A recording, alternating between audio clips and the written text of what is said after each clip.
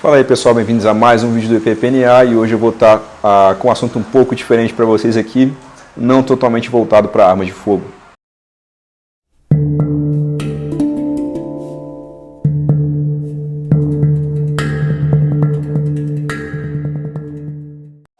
Então estamos de volta aqui com mais um vídeo.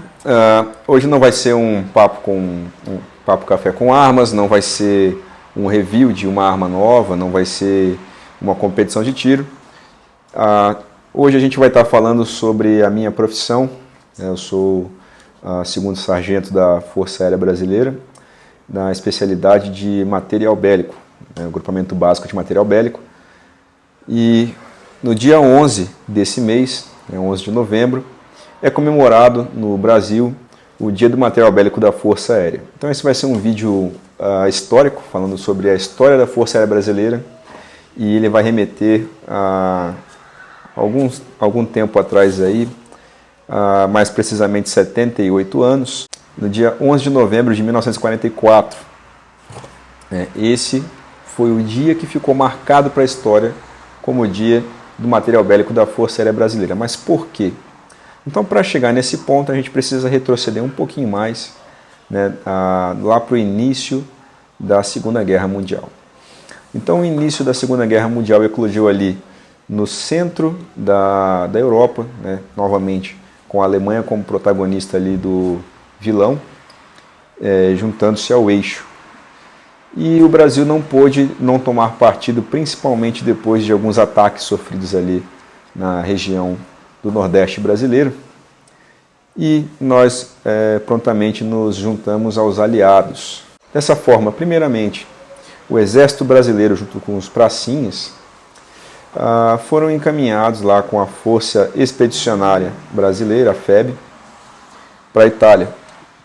E a Força Aérea Brasileira, recém-criada justamente por perceber que havia necessidade de se desenvolver uma força aérea, visto que a atividade aérea no Brasil antes ela era feita nas outras duas forças, na Marinha e no Exército. Não havia nada específico para o ar, para a defesa aeroespacial, para a superioridade aérea.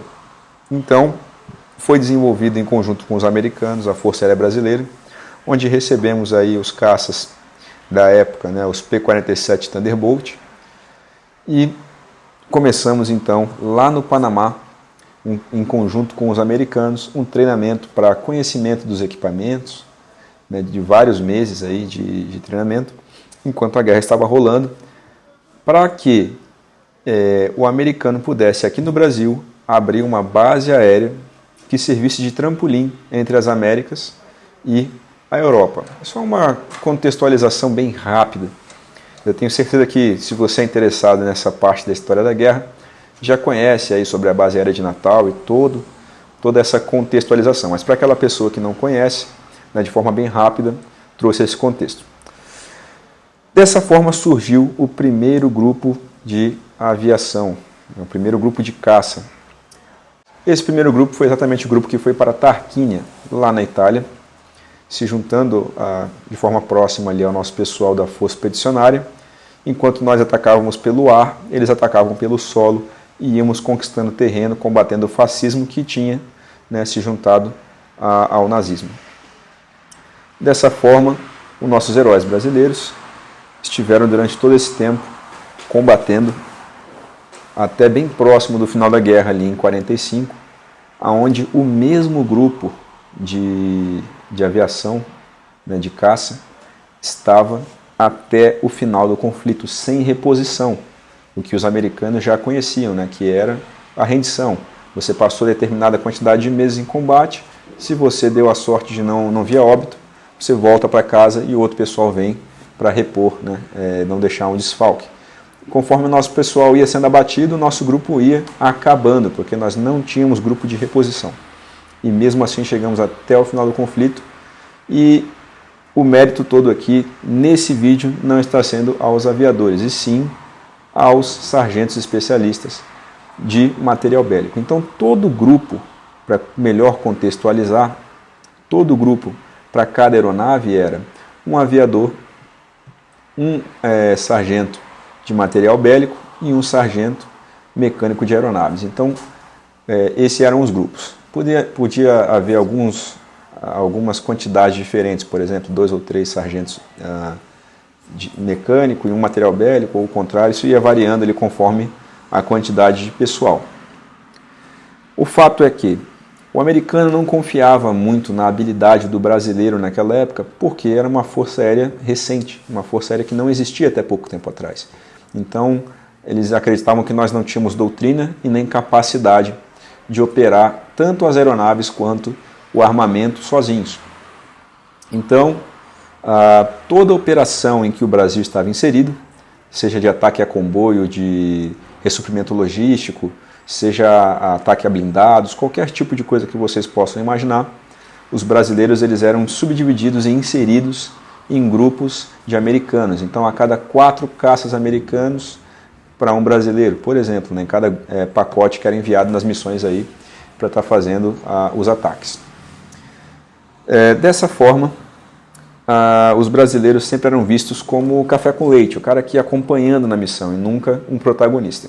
Até que no dia 11 de novembro de 1944, em Tarquínia, não haviam esquadrões americanos disponíveis para fazer um ataque muito importante num comboio de ressuprimento logístico. E haviam lá os brasileiros, com a sua disponibilidade praticamente completa nos seus P-47 Thunderbolt. Por quê? Apesar do americano acreditar que o brasileiro não tinha doutrina, o brasileiro sempre teve uma doutrina nas Forças Armadas, que é a doutrina da manutenção, da ótima manutenção. O brasileiro sempre trabalhou com um orçamento baixo e com equipamentos que precisavam, por necessidade total, durar durante vários anos. Então a nossa manutenção, a nossa doutrina de manutenção sempre foi a melhor, sempre foi muito boa, sempre foi invejada por diversas forças mundo afora. E não foi diferente na Segunda Guerra Mundial. Enquanto o Brasil tinha praticamente 100% da sua frota sempre disponível, o americano sempre tinha aeronaves com vazamento de óleo, o armamento não estava disponível, algum tipo de empeno. E o americano foi atrás do brasileiro para entender o porquê dessa disponibilidade.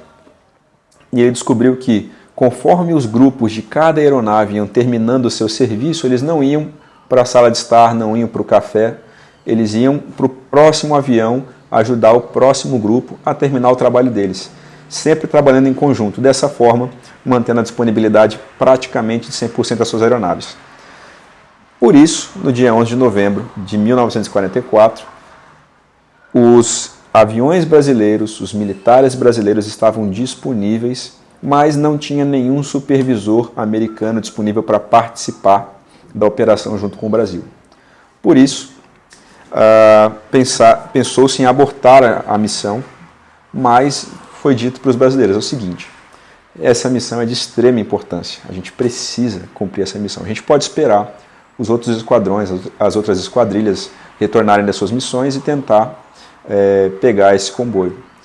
E aí foi quando os brasileiros prontamente disseram: não, está com a gente tem capacidade de cumprir a missão. Então, uma equipe de especialistas brasileiros deixaram as aeronaves no pronto, com armamento, com aviônica, tudo impecável, e pilotos brasileiros apenas decolaram em direção à missão, cumpriram a missão e retornaram sem baixas. E por esse motivo, pela total independência do grupo de aviação de caça brasileiro nesse dia específico, tornou-se conhecido como o Dia do Material Bélico da Força Aérea. E essa é uma história muito bonita, porque, como diz um velho ditado das Forças Armadas, principalmente na Força Aérea, lembrai-vos da guerra.